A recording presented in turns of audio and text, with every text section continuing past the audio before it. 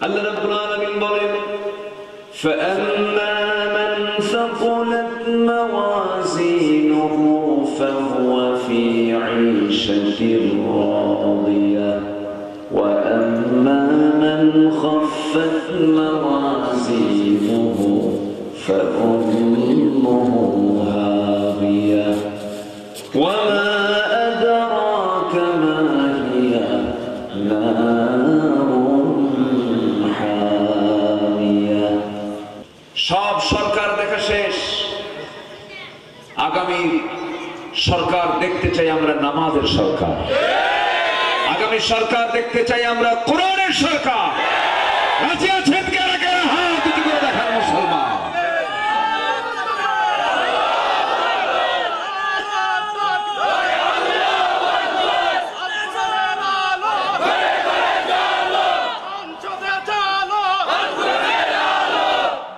আল্লাহ কবুল করুন জোরে বলি আমিন আরো জোরে আমিন সময়ের কসম মানুষ তো ক্ষতির মধ্যে নিমজ্জিত তবে তারা ছাড়া যাদের মধ্যে চারটা গুণ পাওয়া যাবে তারা কখনো ক্ষতিগ্রস্ত হবে না নাম্বার ওয়ান হলো যারা ঈমান আনবে নেক আমল করবে পরস্পর হকের আদেশ দেবে উপদেশ দেবে ধৈর্যের যারা উপদেশ দেবে আমার বন্ধুগণ এই জন্য নেক আমল দরকার মজবুত ঈমান দরকার ঈমান এনেছি শিরকের কোনো বন্ধতার মধ্যে থাকা যাবে না মুহাম্মদ রাব্বুল আলামিন বলেন আল্লাহ রাব্বুল আলামিন সুন্দর করে বলছেন ওয়াল্লাযীনা আমানু ওয়া লাম ইয়ালবিসু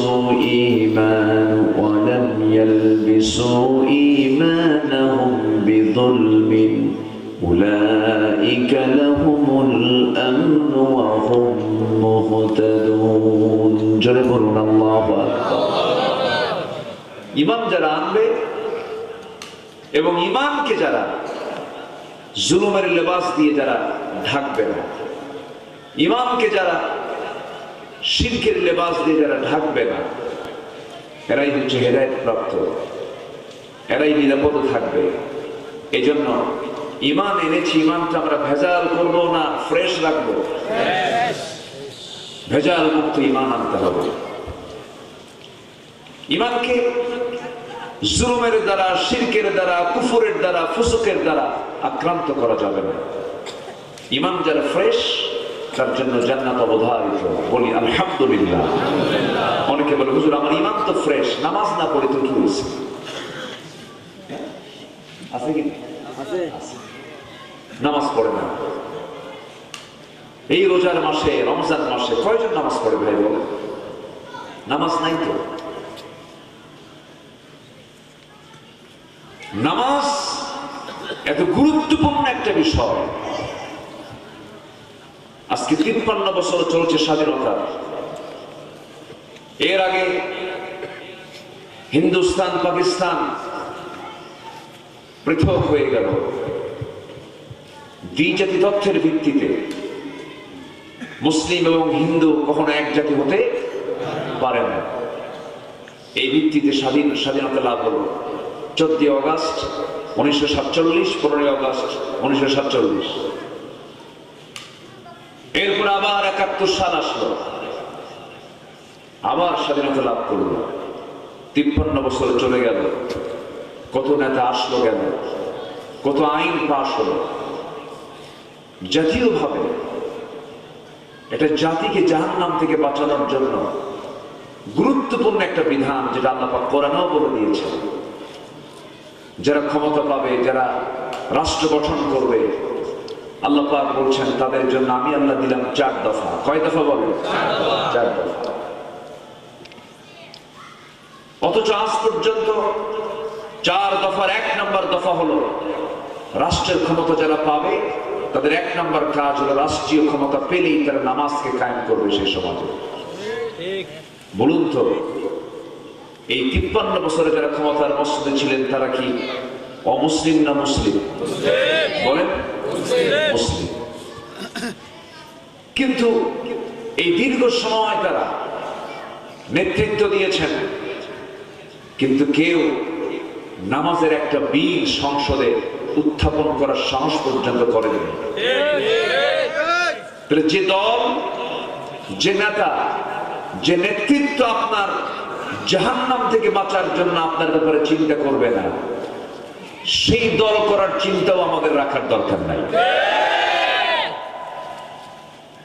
যিনি আমাকে জাহান্নাম থেকে বাঁচানোর জন্য চিন্তা করবে, আমি তাকে নিয়ে চিন্তা করব। অতএব সব দল দেখা শেষ, সব সরকার দেখা শেষ। আগামী সরকার দেখতে চাই আমরা নামাজের সরকার, আগামী সরকার দেখতে চাই আমরা কোরআনের সরকার। রাজি আছেন কারা কারা? হাত উঁচু করে দেখান মুসলমান।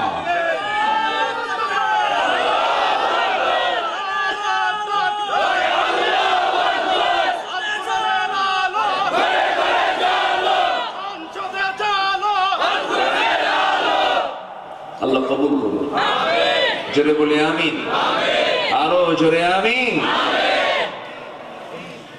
নামাজ পড়লে, নামাজ কায়েম হলে দুনিয়াও ভালো থাকে, আখিরাতটাও আমার আপনার জন্য ক্লিয়ার হয়ে যাবে। সম্মানিত ভাইরা, সবাই নামাজ পড়লো তো নাকি? কয় ওয়াক্ত নামাজ? বলেন কয় ওয়াক্ত নামাজ? বাড়ির বউ যদি না পড়ে, বলার পরও পড়ে না, বুঝালেও কাম হয় না, কি করবে?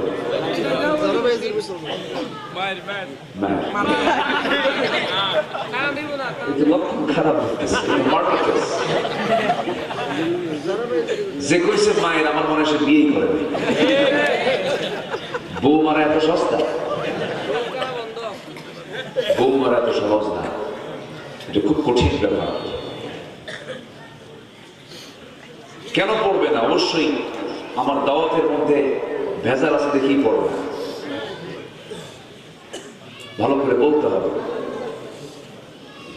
স্ত্রীকে সামনে নিয়ে বসতে হবে, সুন্দর করে বুঝিয়ে বলতে হবে, বউ তোমার যৌবন আমার কাছে, আমার যৌবন তোমার কাছে। এই যে সন্তানগুলো আল্লাহ পাক আমাদের দান করেছেন, একই ছাদের নিচে আমরা সবাই দুনিয়াতে বসবাস করছি। স্ত্রী গো, শুধু দুনিয়াতে একই ছাদের নিচে থাকতে চাই না, আমি তোমাকে নিয়ে জান্নাতেও থাকতে চাই। জান্নাতের আমরা অধিবাসী যদি হতে চাই, তুমি নামাজ পড়বে না, আমি নামাজ পড়বো, জান্নাতে আমরা একসঙ্গে থাকতে পারবো না। সুন্দর করে বুঝায় দিতে হবে। আমার নবীজির প্রথম দাওয়াত ছিল বাইরে না ভিতরে, এবং আল্লাহ নিজেও বলছেন ওয়াজ করার জন্য। আল্লাহ পাক বলছেন বান্দা ওয়াজ করবি কোথায়? ইয়া আইয়ুহাল্লাযীনা আমানু কু আনফুসাকুম ওয়া আহলিকুম নার। ঈমানদারেরা, নিজে তুমি জাহান্নাম থেকে বাঁচো, তোমার পরিবারকে জাহান্নাম থেকে বাঁচাও। আল্লাহ পাক এই ইঙ্গিতটা বান্দাকে দিয়েছেন।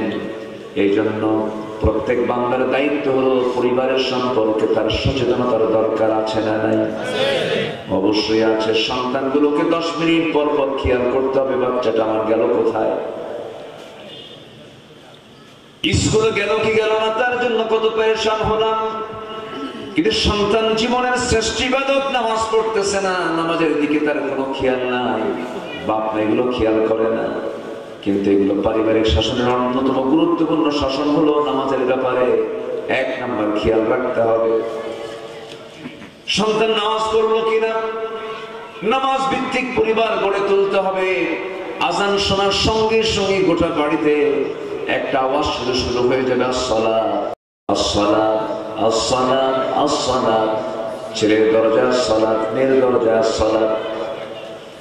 সুন্দর করে বুঝিয়ে বুঝিয়ে নামাজের দিকে পাঠায় দিতে হবে। মসজিদে গিয়ে জামাত মিস হয়ে গেছে, ঘরের মধ্যে নামাজটা পড়ে নেবেন। আপনার স্বামী সামনের কাতারে দাঁড়াবেন, বউটাকে পিছনে দাঁড় করায় দিবেন, সন্তানদের সাথে লাগায় দিবেন নামাজে। এমন করে যদি প্রত্যেকটা পরিবার যদি নামাজ কেন্দ্রিক যদি সুন্দর করে গঠন করা হতো, আল্লাহর কসম করে বলবো, নামাজ ভিত্তিক পরিবারের ভিতরে কখনো ফিতনা লাগে না, অশান্তি লাগে না। ওই পরিবারটা হয়ে যায় জান্নাতের টুকরা।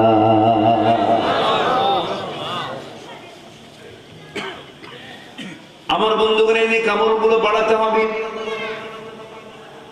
নামাজের কোনো বিকল্প কোনো পথে জান্নাত পাওয়া যাবে না, কারণ আমার আল্লাহ রাব্বুল আলামিন বান্দার সেই অপকর্মে সবচেয়ে বেশি রাগান্বিত হন যখন বান্দা নামাজটা ছেড়ে দেয়।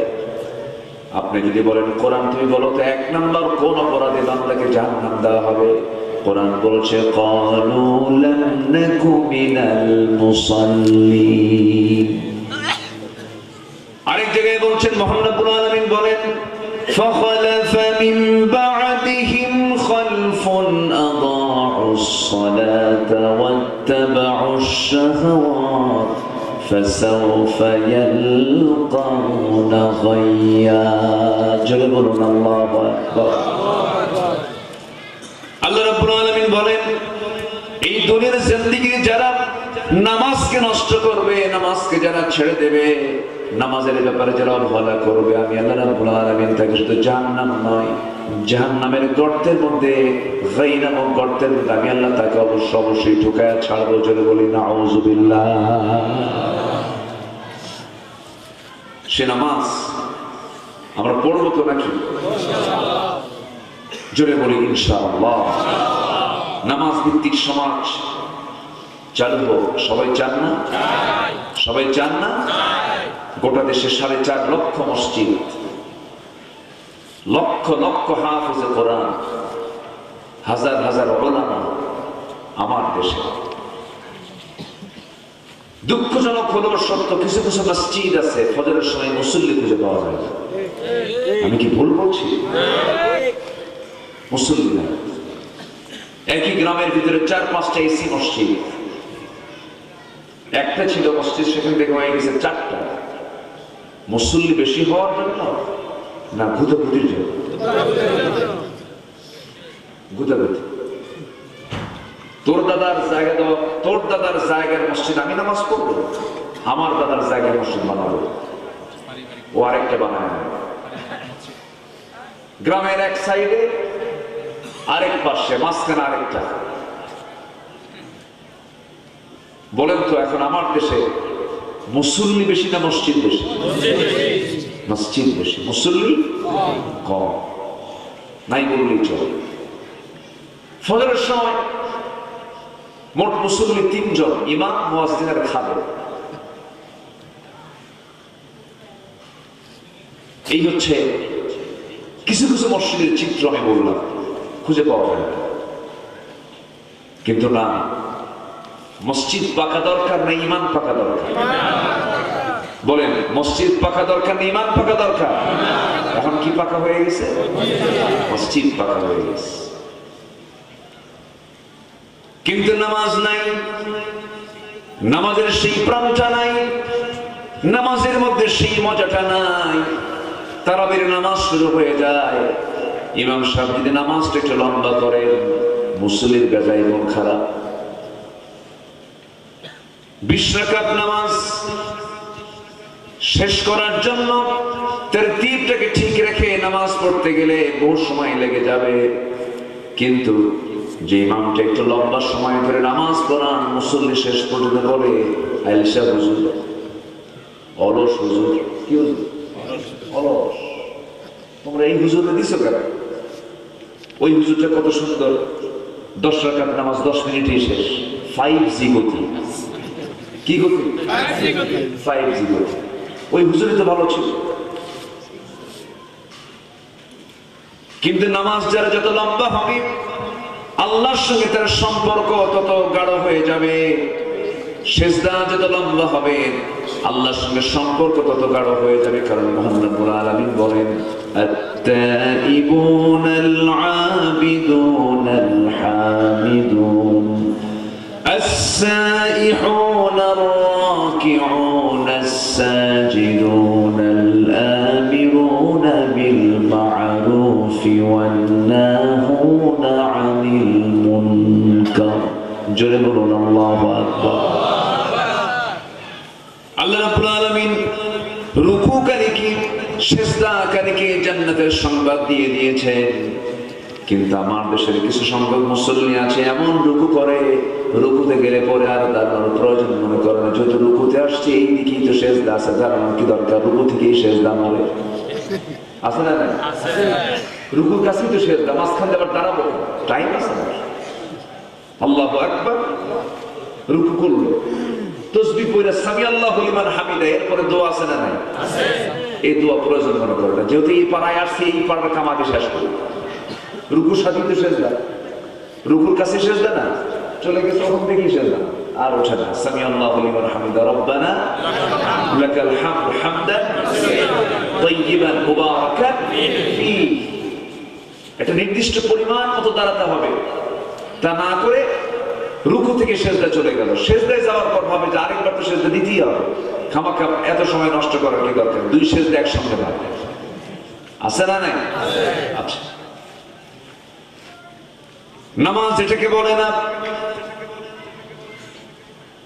গত কয়েক বছর আগে ঠিক এই সময় 2টার দিকে মক্কা এবং মদিনায় কিয়ামুল লাইল অনুষ্ঠিত হয়।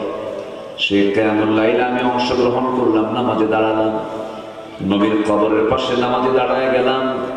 2 রাকাত নামাজ, 90 বছরের বয়স্ক একজন ইমাম নামাজ পড়াচ্ছিলেন। সেই নামাজ আমি পড়লাম, মাত্র 2 রাকাত নামাজ শেষ করতে সময় লেগেছে 39 মিনিট। কত মিনিট? 39 মিনিট। এখন বলেন, নামাজে দাঁড়ানো আগে দরকার না ধৈর্য আগে দরকার? আমার দেশের কোন ইমাম যদি তারাবির নামাজ পড়তে নিয়ে যদি ভাবেন আজকে সূরা বাকারা শেষ করব, 286 আয়াত আজকে তারাবিতে শেষ করে ফেলবো, এমন নিয়তে যদি ইমাম যদি নামাজে দাঁড়ান, নামাজও শেষ হবে, ইমামের চাকরিও শেষ হবে। কি আমি কি ভুল বলতেছি? কোন ইমাম নিয়ে আসছে তো হুশই নেই, বেহুশ ইমাম বানাবে। কি কি কি কি নাম দেবে? বেহুশ ইমাম। আসলে কি বেহুশ ইমাম? না। নামাজ যারা যত লম্বা হবে, আল্লাহর সঙ্গে তার সম্পর্ক তত গাঢ় হয়ে যাবে। আমার নবী যখন নামাজে দাঁড়ায় যেতেন, রুকুটা তার এত লম্বা হয়ে যেত, সেজদা তার এত লম্বা হয়ে যেত, আম্মা জান আয়েশা বলেন রাসূল একদিন সেজদার মধ্যে চলে গেছে ঘন্টার পর ঘন্টার সময়। আমি আয়েশা রাসূলকে দেখতে পেলাম, নবীজি সেজদা থেকে মাথা ওঠান না, নড়াচড়াও করেন না। বহু সময় যখন চলে গেল, আমার মনে হলো রাসূলকে মারা গেলেন নাকি। চিমটি কাটলাম রাসূলের শরীরে, যখন চিমটি কাটলাম রাসূল নড়ে উঠলেন, নামাজটা শেষ করলেন। নামাজ শেষ শান্তি রাসূল বলেন, আয়েশা নামাজের ভিতরে তুমি আমার গায়ে চিমটি কাটলে কেন, কি হয়েছিল বলো? তিনি বলছেন, ইয়া রাসূলুল্লাহ, এত দীর্ঘ সময় ধরে আপনি সেজদার মধ্যে নড়াচড়া করেন না, না জানি আপনি মরে গেলেন নাকি, এই জন্য আমি চিমটি কাটলাম। আমার নবীজির নামাজ এত লম্বা ছিল, ঘন্টার পরে ঘন্টা চলে যেত সেজদার মধ্যে, তিনি কাঁদতেন, তার চোখের পানি দিয়ে যায় নামাজ ভিজে যেত, এত কান্না তিনি কেঁদেছেন। এমন সময় চলে গেছে, ঘন্টার পর ঘন্টা চলে গেছে, মাত্র আমার নবীজির 2 রাকাত নামাজ শেষ হয়েছে। রাকাত বেশি করার শর্ত নয়, নামাজের মধ্যে মনোযোগিতার শর্ত, নামাজের মধ্যে হুজুরি কাল শর্ত, একগ্র চিত্তকার শর্ত। নামাজ যখন তুমি পড়বে, কান্নাকা তারাহু, যেন তুমি তোমার আল্লাহকে দেখতে পাচ্ছ। রাসূল বলেছেন, মান সামা রমাদান ঈমানান ওয়া ইহতিসাবান ওয়া মান কামা, যে ব্যক্তি সাম রোজা রাখবে, ওয়া মান কাম, এবং যারা কিয়ামুল লাইল করবে ঈমানের সাথে, তার জীবনের আগের পরের সমস্ত গুনাহগুলো আল্লাহ রাব্বুল আলামিন তার maaf করে দিবেন। তাহলে রমজান মাস শুধু রোজা রাখা না, কিয়ামুল লাইল করা। কিয়ামুল লাইল করা, কিয়াম মানে হচ্ছে দাঁড়ানো, লাইল মানে রাতের নামাজে যারা দাঁড়ায়, যারা নামাজ পড়বে, আল্লাহ পাক তাদেরকেও তার জীবনের সকল গুনাহগুলো maaf করে দিবেন। মা তাকাদ্দাম মিন যামবি, আল্লাহ পাক তার সব গুনাহগুলো maaf করে দিবেন। তাহলে আমরা নামাজ পড়তে রাজি আছি তো ইনশাআল্লাহ? কয় ওয়াক্ত নামাজ পড়বো আমরা? 5 ওয়াক্ত নামাজ। বাড়ির বউকে পড়াবো, সন্তানকে পড়াবো, ছেলেকে পড়াবো, মেয়েকে পড়াবো, যিনি আমার বাড়িতে কাজ করেন তাকেও পড়াবো।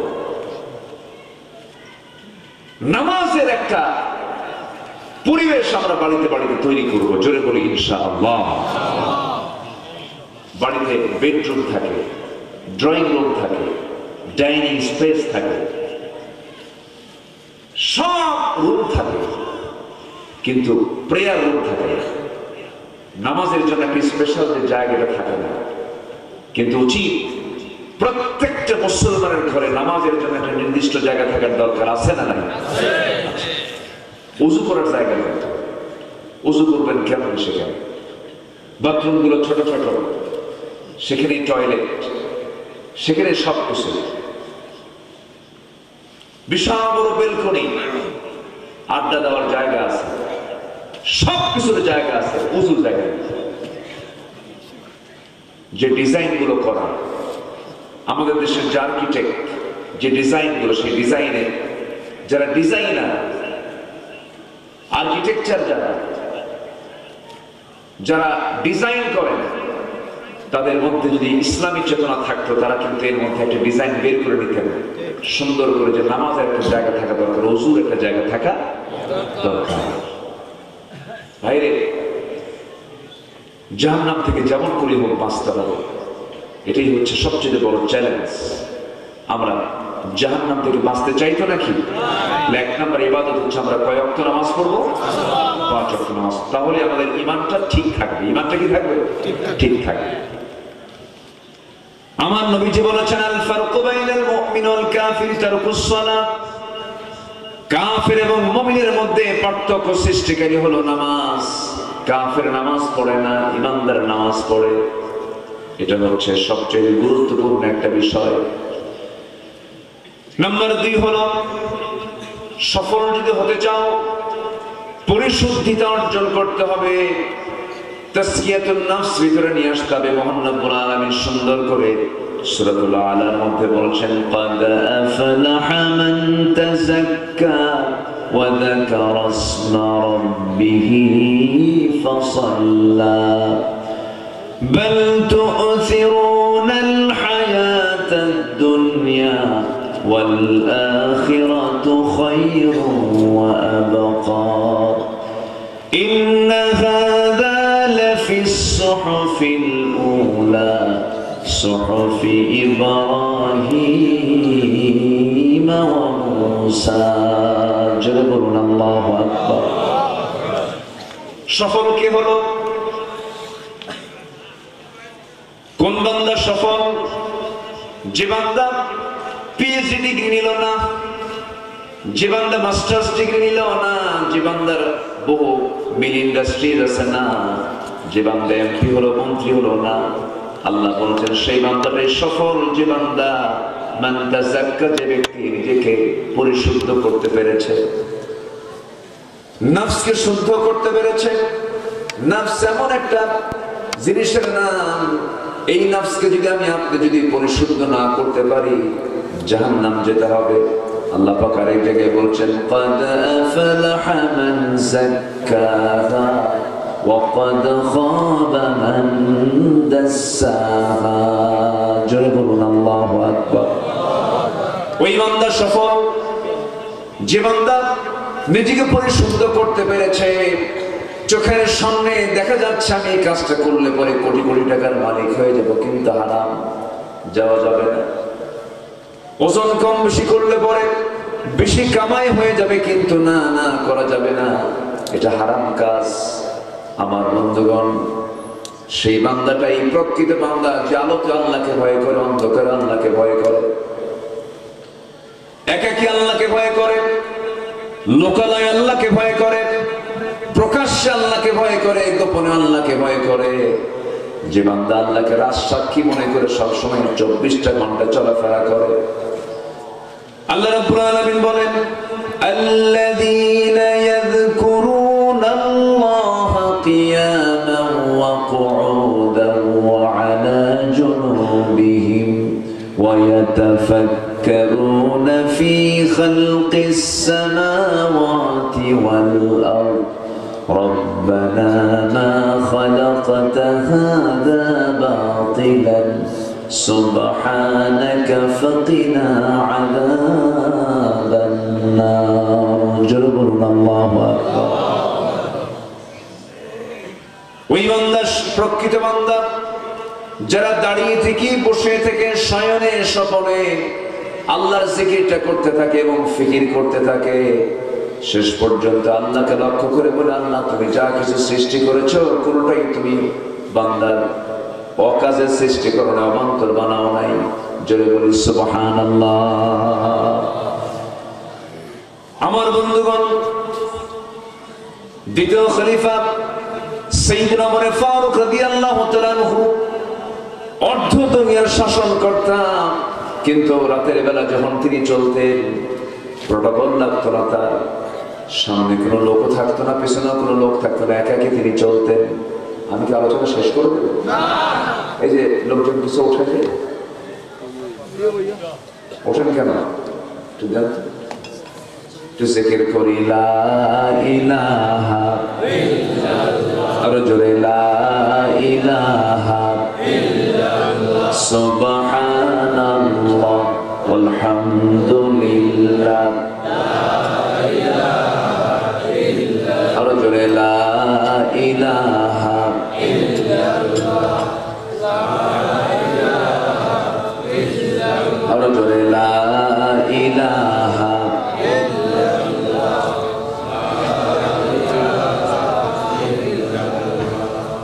লা ইলাহা ইল্লাল্লাহ মুহাম্মাদুর রাসূলুল্লাহ সাল্লাল্লাহু আলাইহি ওয়াসাল্লাম। সাইয়েদনা ওমর ফারুক রাদিয়াল্লাহু তাআলা আনহু রাতের আধারে জনগণকে দেখতে বের হতেন, জনগণের সমস্যাগুলো তিনি দেখার জন্য তিনি রাতের বেলা বের হতেন। একাকী ঘর থেকে বের হলেন, বউটাকে বললেন, বউ আমার, যৎকিঞ্চিত কিছু খাবার তিনি গ্রহণ করলেন। ঘর থেকে বের হয়ে একাকী চলতেছেন, তার সামনেও কেউ নাই, পিছনেও কেউ নাই, লোক লাগে না। কারণ সাইয়েদনা ওমর ফারুক রাদিয়াল্লাহু তাআলা তিনি যে শাসন ক্ষমতা তিনি পরিচালনা করেছেন, তার মধ্যে যে গুণ সবচেয়ে বড় গুণ ছিল সেটা হলো কার ভয়। আসতে বলবেন না, কার ভয়? আল্লাহর ভয় যখন কোনো বান্দার মধ্যে থাকে, পৃথিবীর কোনো ভয় তাকে কখনো পরাজিত করতে পারে না। আল্লাহর ভয় থাকবে না, দুনিয়ার ভয় তার উপর জেগে বসবে। আল্লাহর ভয় থাকবে, পৃথিবীর কোনো ভয় তাকে আক্রান্ত করতে পারবে না। আল্লাহু আকবার বলে। একাকী চলতেন, জনগণ তিনি কাউকে সাথে নিতেন। এই 16 বছর যারা ক্ষমতায় ছিল, হাইরে প্রটোকল মেইনটেইন। মন্ত্রী আসবেন কক্সবাজার, গোটা রাস্তায় পুলিশ দিয়ে ভরা। একা আসার কোনো ক্ষমতাই নেই, কারণ টেনশন আছে, তো ভোট তো দেয় নাই জনগণ। ফ্রি পাইলে কাবাবার সালাদ বানায় সারবে, বুঝলেন? বহু কিছু করেছ ওরা, অনেক কিছু। ওইদিকে যাব না, সবাই তো দেখলেন। আল্লাহ পাক একদম প্র্যাকটিক্যাল দেখা দিলেন যে ফেরাউনকে আল্লাহ পাক যেমন করে শেষ করে দিয়েছেন। ফেরাউন মৃত্যু কিছু পূর্বেও জানতো না যে আমার এমন করুণ মৃত্যু হবে। নমরুদ জানতো না আমাকে এরকম করে দুনিয়া থেকে বিদায় নিতে হবে। আল্লাহ পাক ইব্রাহিম আলাইহিস সালাতু ওয়াস সালামের বিরোধী শক্তি নমরুদকে আল্লাহ পাক বিদায় করেছেন সামান্য এক প্রতিবন্ধী মশা দিয়ে। কি মশা দিয়ে? প্রতিবন্ধী, অটিস্টিক মশা দিয়ে আল্লাহ পাক নমরুদকে শেষ করে দিয়েছে। ফেরাউনকে আল্লাহ পাক দরিয়ার পানি সুবান দিয়ে শেষ করেছে। ফেরাউন জানতো না যে আমাকে এই দরিয়ায় মরতে হবে। আমার দেশের মিনি ফেরাউন, লেডিস ফেরাউন ছিল, ঠিক কিনা বলেন? ছিল। সে ভাবছিল আমাকে কেউ নামাতে পারবে না, কারণ আমার দাদা বাবু আছে। ঠিক আছে না? আমার কে আছে? দাদা বাবু আছে। ওনার কেবলা হয়ে গেছিল হলো দিল্লি। ওনার কেবলা কি হয়েছিল? দিল্লি। দিল্লিকে কেবলা বানানোর জন্য শেষ পর্যন্ত তা সব শেষ হয়ে গেল। আমাদের কেবলা, আমাদের মূল আস্থার জায়গা কেউ না, মূল আস্থার জায়গা তিনি কে? আস্তের মূল আস্থার জায়গা তিনি কে?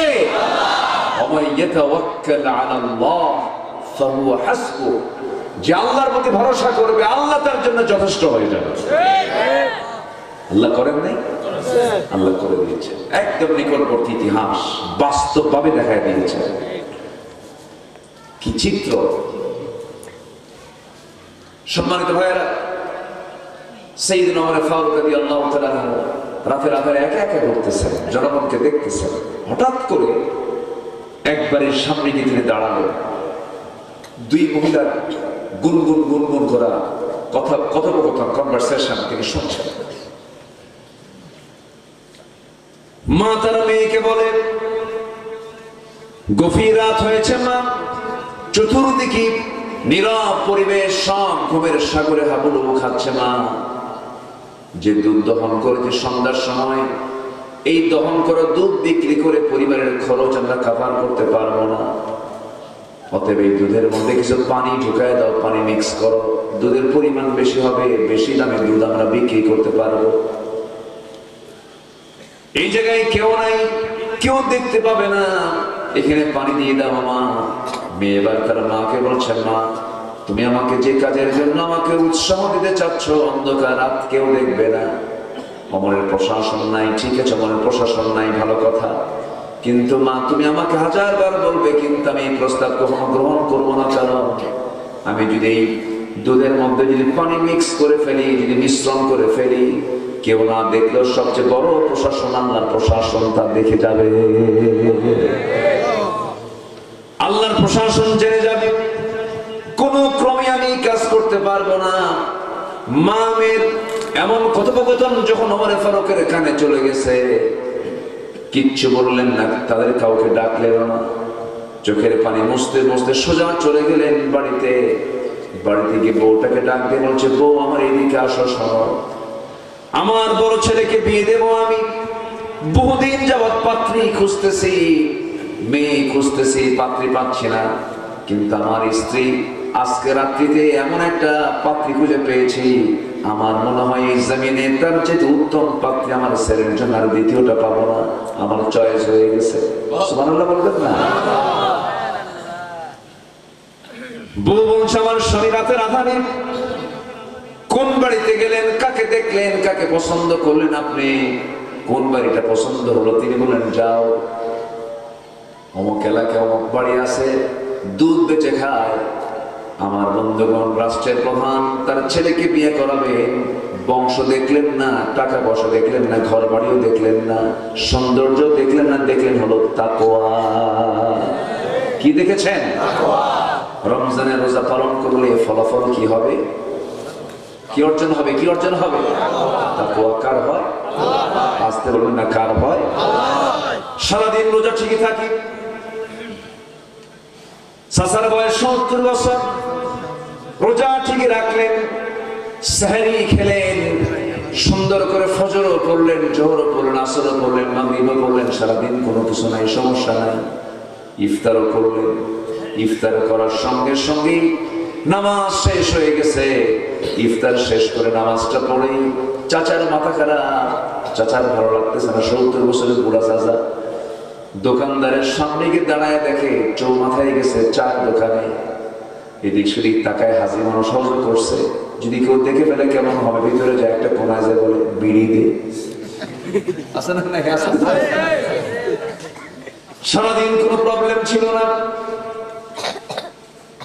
ইফতার করার সঙ্গে সঙ্গে তার ভিতরে একটা চক্কর মারলো, মাথার মধ্যে চক্কর মারতেছে, ব্রেন কাজ করে না। টান দিলে নাকি ব্রেন ফ্রেশ হয়, টান দিলে কি কি ফ্রেশ হবে? ব্রেন ফ্রেশ হবে, রিফ্রেশ করে। একটা খাইলো, খাওয়ার পরে বলো, এই তো সকালটা খাইলো, দুপুরেরটা দে। সারাদিন খায় নাই, একসঙ্গে 3টা মেরে বলে কাজা সহ আদায় করলাম। তাহলে রোজার ফলাফল হলো বিড়ি ধরা না বিড়ি ছাড়া? বলেন বলেন। তাহলে বিড়ি খাওয়া লোকের বিড়ি ছাড়ার সময় কোন মাস? বলেন বলেন বলেন বলেন বলেন। নেশাক্রান্ত ব্যক্তির নেশা ছাড়ার মাস কোন মাস? কিন্তু কি করে সারাদিন ভালোই থাকে, সন্ধ্যার সময় যায় না, এ ওয়াকাবটা করে।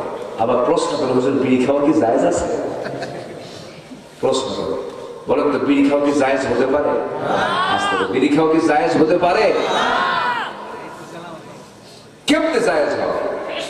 যেটা খেলে আপনার ক্যান্সার হয়। লাঞ্চ দিয়েছেন কে? আল্লাহ। বলেন এই ফুসফুসটা দিয়েছেন কে? আল্লাহ। এই ফুসফুস ফ্রেশ, রোগ মুক্ত, একদম ফ্রেশ লাঞ্চ দিয়েছেন। তুমি অক্সিজেন গ্রহণ করো, শ্বাস প্রশ্বাস নাও, বেঁচে থাকো, নিজকে ধ্বংসের দিকে ঠেলে দিও না। কিন্তু সেই বিড়ি খায় লাঞ্চটা পচায় দিল, পচায় ফেললো কে? আল্লাহ। বান্দা নিজে করবে। তাহলে বিড়ি যে খাইছে, এই লাঞ্চ যে নষ্ট হলো, লাঞ্চ যে নষ্ট হলো, নষ্ট হওয়ার পিছনে দোষ কার? আল্লাহ না বান্দা? বান্দার দোষ। আল্লাহ ধরে ফেলবেন, সুম্মা লাতুসআলুন্না ইয়াওমাইযিন আনিন নাঈম ওয়া লা তুলকু বিআইদিকুম ইলা তাহলুকা। নিজকে তুমি ধ্বংসের দিকে ঠেলে দিও না। আল্লাহ বান্দাকে সুস্থ রাখতে চান, এই জন্য জান্নাতের খাবারগুলো দুনিয়াতে দিয়েছেন। তবে প্রচলিত মধুর মতো মধু কিন্তু জান্নাতে দেওয়া হবে না, সে মধুর মানটা হবে ভিন্ন রকম। আমরা দুনিয়াতে যে দুধ পান করি, বিভিন্ন প্রাণীর যে দুধ পান করি, সেই দুধের মতো দুধ জান্নাতে দেওয়া হবে না। জান্নাতের দুধ পান করলে পরে কোনো পেশাব পায়খানার প্রয়োজন হবে না। জান্নাতের শরাব পান করলে পরে সেখানে কোনো পেশাব পায়খানা থাকবে না। বহুদিন পরে একটা ঠেকুর মারবে, সবকিছু হজম হয়ে যাবে, সে জায়গায় কোনো ঘুমও থাকবে না, কোনো ক্লান্তি থাকবে না, বুড়ো হবে না, চামড়াগুলো কুঁচকে যাবে না। কিন্তু দুনিয়ার মধু খাবেন, দুনিয়ার পানি খাবেন, দুনিয়ার দুধ খাবেন, পেশাব লাগে, পায়খানা লাগে।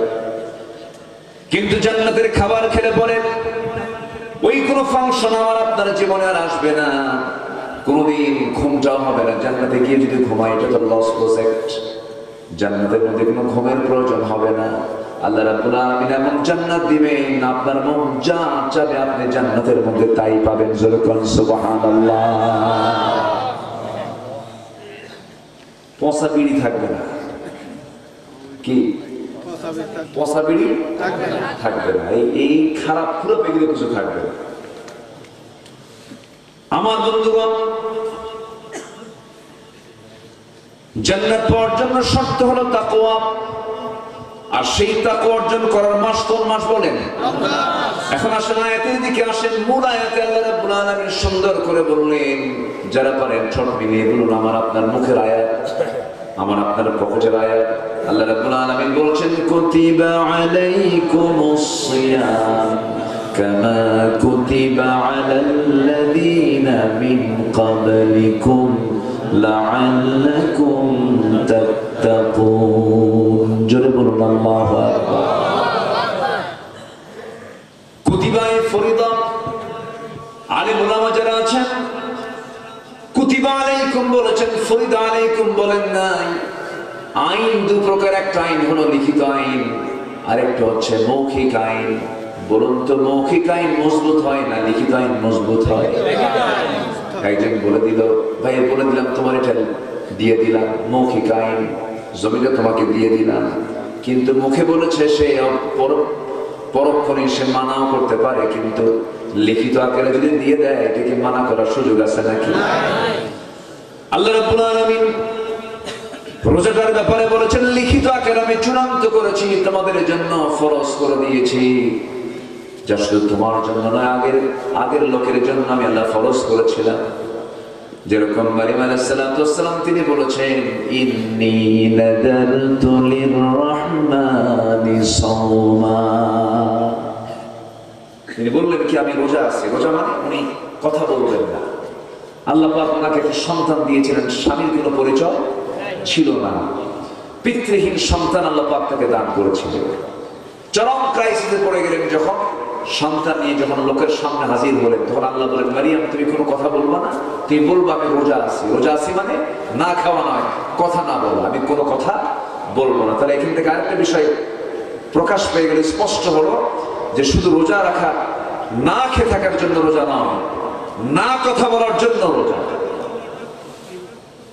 বাজে কোনো কথা যদি কেউ বলে তার রোজার হক আদায় হবে না। বাজে কোনো কথাও বলা যাবে না। সারাদিন ভালোই থাকে, 4টা 5টা যখন বাজে একটু পেটে টান লাগে তো রাগ কি খেলে টোকা মারলে বারুদের মতো ফেলে চল, রোজা আসি না আমি, এরকম আছে না? ঠিক না, রোজা আসি, রোজা না থাকলে তোরে খাইয়া ফেলাতাম। দেখেন কথা কিন্তু ঠিকই করি, লাভটা হলো। আমার বন্ধুগণ, তাকওয়া অর্জন করতে হবে, আল্লাহর ভয় ভিতরে জাগ্রত করতে হবে, নিজেকে প্রস্তুত করতে হবে জান্নাতে যাওয়ার জন্য, নিজেকে ফিট রাখতে হবে, ফিটনেস ধরে রাখতে হবে জান্নাতে যাওয়ার জন্য। আল্লাহ রাব্বুল আলামিন রোজাটাকে ফরজ করে দিয়েছেন, বান্দা আমি তোকে জান্নাত দিতে চাই, এই জন্য আমি তোর জন্য রোজাটা দিয়েছি। আবার আল্লাহর দয়া কত দেখেন, আল্লাহ বলছেন তোর জন্য রোজার প্রয়োজন নাই, যখন তুই সফরে যাবি তোর রোজার প্রয়োজন হবে না, অসুস্থ হয়ে যাবে রোজার কোনো প্রয়োজন হবে না। কিন্তু আল্লাহ এমন একটি ইবাদত রোজা দিয়েছেন, কোন সুস্থ মানুষ যদি রোজা রাখে রোজার বদৌলতে সে আরো বেশি সুস্থ হয়ে যায়। যেরকম সুবহানাল্লাহ। আল্লাহ রোজা দিয়েছেন কি অসুস্থ হওয়ার জন্য? ডাক্তাররা কি কখনো বলে যে বেশি করে খান? কি ডাক্তাররা বলে কম খান, পরিমিত খান, নিয়মতান্ত্রিকতা বজায় রাখেন, শৃঙ্খলপূর্ণ জীবন যাপন করেন, অনিয়মতান্ত্রিক জীবন যাপন করবেন না, অনিয়ন্ত্রিত জীবন যাপন করবেন না। রোজার মধ্যে কোনো কি অনিয়ম আছে? বলেন, বিশৃঙ্খল কোন পরিবেশ আছে? কি সুন্দর একটা ট্রেনিং আল্লাহ পাকের মধ্যে করে দিয়েছেন। সুম্মা তিম্মুস সিয়ামা ইলা লাইল, আল্লাহ পাক কি সুন্দর করে টাইম গুলো বেঁধে দিয়েছেন, কেমন করে রোজা রাখতে হবে। সুশৃঙ্খল জীবন গ্রহণ করার জন্য আল্লাহ পাক রমজান দিয়েছেন। আমার বন্ধুগণ, বান্দা যেন কখনো অসুস্থ না হয়, ওষুধ দিয়েছেন, এমন কোন রোগ নাই যে রোগের ঔষধ নাই। যারা বলে যার হয়েছে ক্যান্সার তার নাই কোনো অ্যান্সার, শিরকের কথা এটা। এই কথা ইমানদার কখনো বলতে পারে না, কারণ ক্যান্সার দিয়েছেন কে? অ্যান্সার আছে কার কাছে? আসতে হলো না, কার কাছে আছে? আল্লাহর কাছে আছে। কে বলেছে ক্যান্সারের ঔষধ নাই? আমার 2 চোখ সাক্ষী, নিজের চোখে দেখেছি। বেশ কয়েক বছর আগের কথা, মক্কায় গেলাম, হজের জন্য গেলাম, হারামের পাশে দাঁড়ায় আছি, সেখানে কিছু কল আছে, ট্যাপ আছে, সেখান থেকে হাজিরা বোতলে করে গ্লাসে করে জমজমের পানি পান করেন, আবার বোতলকে ভরে নিয়ে চলে যান, হোটেল নিয়ে চলে যান।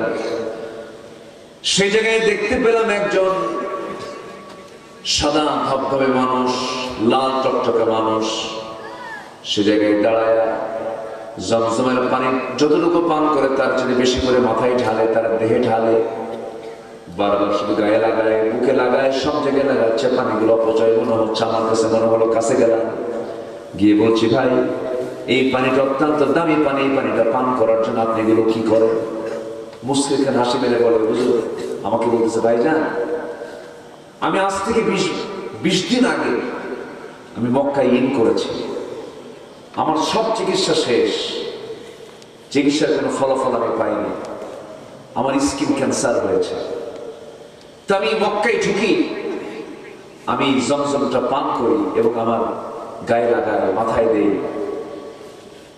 2 দিন আগে আমি চেক করে দেখি আমার স্কিন ক্যান্সার, যে কোষটা, যে জীবাণুটা টেস্টে ধরা পড়েছে, টেস্টে আমি আর কোনো ক্যান্সারের কোনো জাত আমি দেখতে পাচ্ছি না। বলি আলহামদুলিল্লাহ। আছে কিনা ক্যান্সার? আছে কিনা? আছে।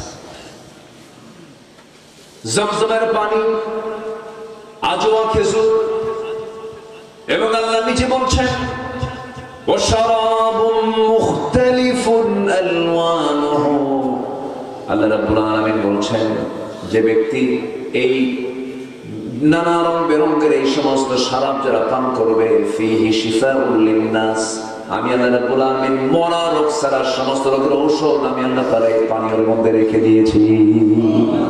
যেরকম সুবহানাল্লাহ। এলাকায় মধু হয় থাকার তো কথা। এই যে বান্দরবান পাহাড়ি অঞ্চল, মহেশখালী না, এখানে তো পাহাড় আছে, মধু আছে না? এখানে মধু পাওয়া যায় না? আমার কিছু মধু দিয়ে দিন।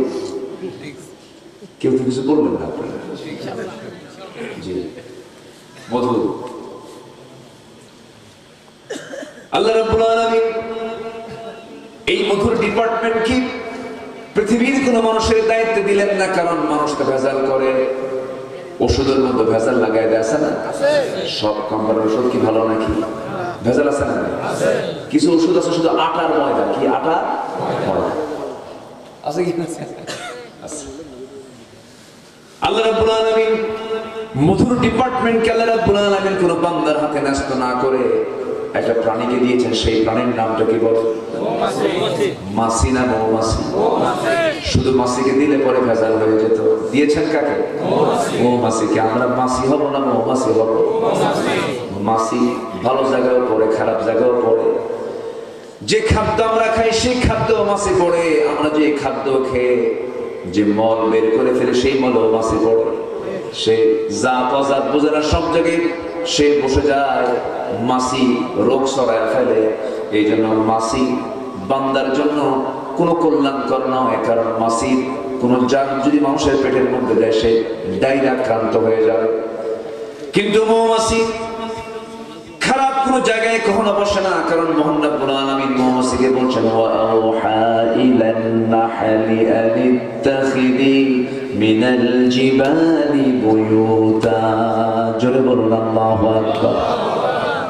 আল্লাহ বলছেন মৌমাছি গাছের ডালে পাহাড়ের পদদেশে সুন্দর করে বাসা প্রস্তুত করো, মধু সংগ্রহ করো। আল্লাহু আকবার বলবেন না? কাকে দায়িত্ব দিলেন? মৌমাছি। আমরা মৌমাছির চরিত্র নেব, আমরা ভালো জায়গায় শুধু থাকবো, খারাপ জায়গায় যাবো না। মাছি সব জায়গায় যায়। মাছি চরিত্রের লোক আছে না নাই? মাহফিলও যায়, যাত্রাতেও যায়, আছে না নাই? নামাজও পড়ে, মদও খায়, কি আছে না নাই?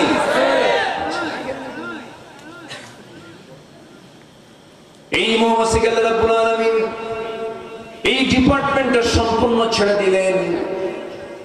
এই ডিপার্টমেন্ট মৌমাছি তুমি দেখবে, সুন্দর করে তাকে দায়িত্ব দিলেন, কি সুন্দর করে বাসা প্রস্তুত করে। কিয়ামত পর্যন্ত বান্দা যদি চেষ্টা করে একটা মৌচাক, বান্দা কখনো বানাতে পারবে না। এই মৌচাকের এত সুন্দর নিপুণ সৃষ্টির সৌন্দর্য আল্লাহ পাক শুধু মৌমাছিকে দান করে দিয়েছেন। মৌমাছি সুন্দর স্ট্রাকচার তৈরি করতে পারে। এর মধ্যে তাপমাত্রা আছে, তাপমাত্রা যদি বেশি হয়ে যায় মধুগুলো নষ্ট হয়ে যাবে, তাপমাত্রা কমে গেলেও মধু নষ্ট হয়ে যাবে। ধরেন স্বাভাবিক তাপমাত্রা মৌচাকের মধ্যে মধুগুলো ঠিক রাখার জন্য 35 ডিগ্রি সেলসিয়াস। 35 ডিগ্রি সেলসিয়াস থেকে যদি 30 ডিগ্রি সেলসিয়াসে চলে আসে, সঙ্গে সঙ্গে সমস্ত মৌচাকের মৌমাছিগুলো একসঙ্গে তারা লাইনে লাইনে দাঁড়ায় যায়, পাখাটা ছেড়ে ফেলে, পাখাটা দুই দিকে উড়ান দিয়া ঝাপটান মারে, পাখা নড়াতে থাকে। পাখা নড়াতে নড়াতে যদি 30 ডিগ্রি সেলসিয়াস হয়, ভিতরে তাপমাত্রা বাড়ানোর জন্য তারা দুই পাখা নড়ায় সঙ্গে সঙ্গে 35 ডিগ্রি সেলসিয়াস তাপমাত্রায় নিয়ে আসে। আবার যদি বেশি হয়ে যায়, সেই পাখাটা উল্টা করে আবার ঝাপটাতে থাকে, তাপমাত্রা আবার তারা কমায় ফেলে, ভিতরের বাতাসগুলো বাইরে বের করে ফেলে। কেন করে ফেলে? কারণ আল্লাহ রাব্বুল আলামিন মৌমাছিকে বলে দিয়েছেন, খবরদার, আমি ওই মধুর মধ্যে আমি আল্লাহ রাব্বুল আলামিন বান্দার সমস্ত রোগের ঔষধ রেখে দিয়েছি। যেরকম সুবহানাল্লাহ। এখানে মধুর দাম কেমন বলেন? 1 পাউন্ড অথবা 1 কেজি বলেন কি কত দাম? 1500, 2000। আচ্ছা ঠিক আছে, 2000 এলো মধুর দাম। তো যখন মধু কেনেন খুব কনফিডেন্স থাকে, যেন খুব মাশাআল্লাহ একদম ফ্রেশ মধু, এরকম মনে হয় নাকি? কি মনে হয়?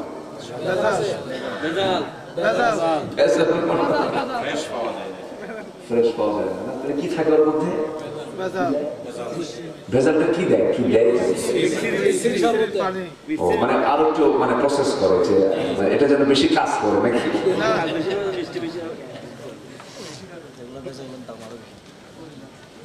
যেগুলো ভেজাল সেগুলো তো আরো বেশি।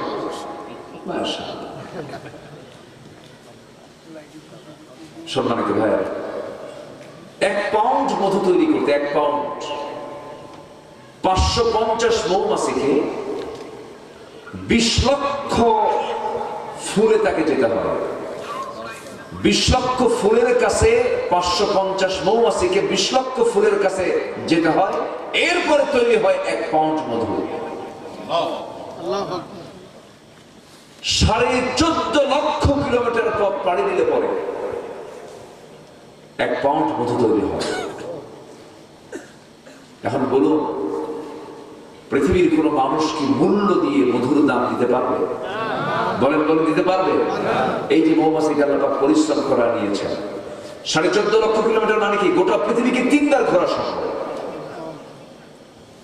আর সেই আল্লাহর দেওয়া নিয়ামত মৌমাছি মধুগুলো সংগ্রহ করেছে, তাও কেমন করে? ইয়াখরুজু মিন বুতুনিহা, সে কি করে? ওই মধুগুলো যখন ফুল থেকে নিয়ে আসে রসগুলো, সে কিন্তু মুখে নিয়ে আসে না, এটাকে পেটের মধ্যে তোলে। পেটের মধ্যে ডিপার্টমেন্ট দুইটা, একটা হচ্ছে স্টমাক, তার ক্ষুধা নিবারণ করার জন্য একটা স্টমাক তো আছে, এটা আরেকটা হচ্ছে হানি স্টমাক। মধু রাখার জন্য একটা স্টমাক আল্লাহ পাক রেখে দিয়েছেন, পরিপাক যন্ত্র রেখে দিয়েছেন।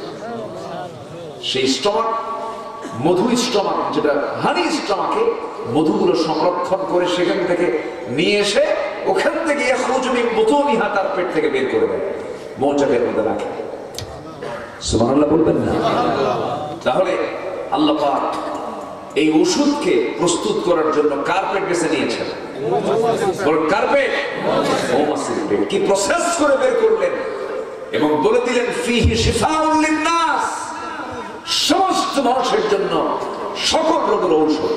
যেরকম সুবহানাল্লাহ, ডায়াবেটিসের রোগী চা খেতে মন চায়, চিনি দিয়ে খেতে পারে না, একদম চিনি দিলি 1 চামচ দিলি একদম একসঙ্গে 7-8 পয়েন্ট বেড়ে যায়, কিন্তু মধু দিয়ে খেলে পরে বাড়ে না। সুবহানাল্লাহ বলবেন না? যেরকম সুবহানাল্লাহ। আল্লাহ পাক এর মধ্যে কি দিয়েছেন, বাড়ে কিন্তু সেই পরিমাণ বাড়ে না। প্রত্যেকটা খাদ্যতে সুগার থাকে, কিন্তু আল্লাহ পাক এটাকে প্রসেস করে দিয়েছেন মৌমাছির দ্বারা। তো সেই মধু থেকে যদি বান্দা যদি নিয়ামত পেতে চায়, এটাকে ভেজাল করা যাবে? সেই মধুর ভিতরে যদি কেউ ভেজাল করে, আমি তো মনে করি তার ফাঁসি একবার না বারবার হওয়া দরকার। মেরে ফেলে আবার তাজা করা দরকার, তাজাটা দুনিয়াতে পাবেন না, আবার মারা দরকার। কারণ এটা ছোটখাটো অপরাধ নয়। যারা এই সমস্ত মেডিসিনের ভিতরে, ওষুধের ভিতরে, খাদ্যের ভিতরে যারা ভেজাল করে, তাদেরকে ফাঁসি দেওয়া দরকার। এটা বিশাল অপরাধ, কিন্তু আমার দেশে এগুলো নাই। তো রমজান মাসে কি আছে না বন্ধ হয়েছে? রমজান মাসে আছে না বন্ধ? কি সম্মানিত ভাই, এগুলো নফসের শুদ্ধতা নাম, আমরা পরিশুদ্ধ হব। জোরে বলি ইনশাআল্লাহ। ওয়াজ কি একদিনে শেষ হয়? বহু কথা একদম ফজর পর্যন্ত চালাবে নাকি?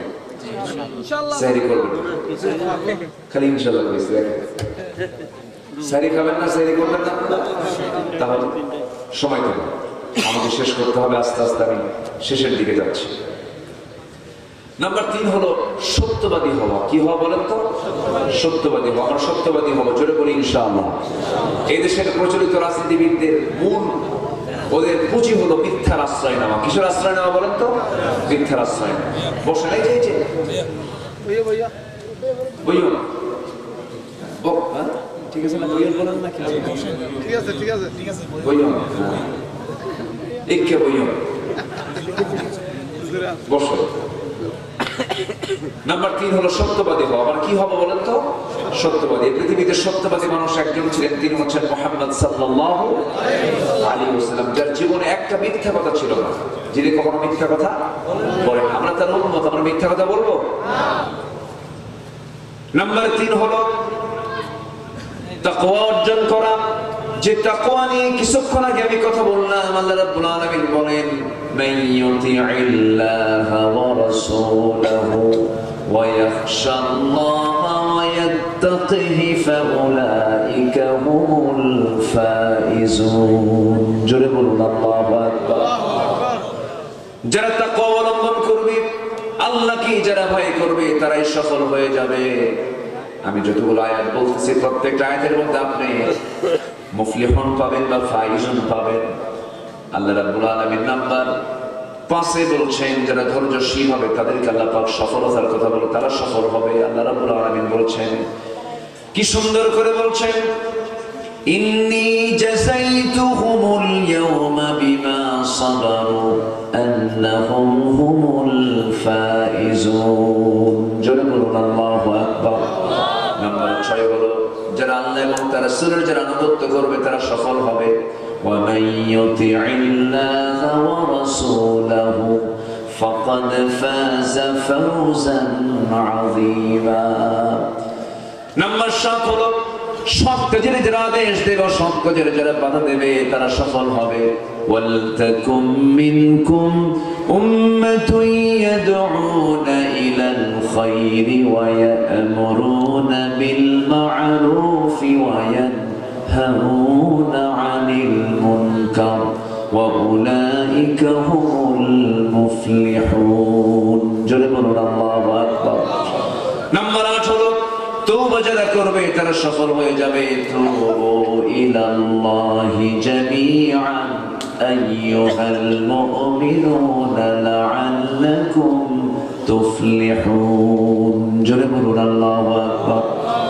নাম্বার 9 হলো প্রকৃত যারা মুমিন হবে তারা সফল হয়ে যাবে। যারা পারেন ছোট বিনে আমার সঙ্গে বলুন, قد أفلح المؤمنون الذين هم في صلاتهم خاشعون والذين هم عن اللغو معرضون والذين هم للزكاة فاعلون।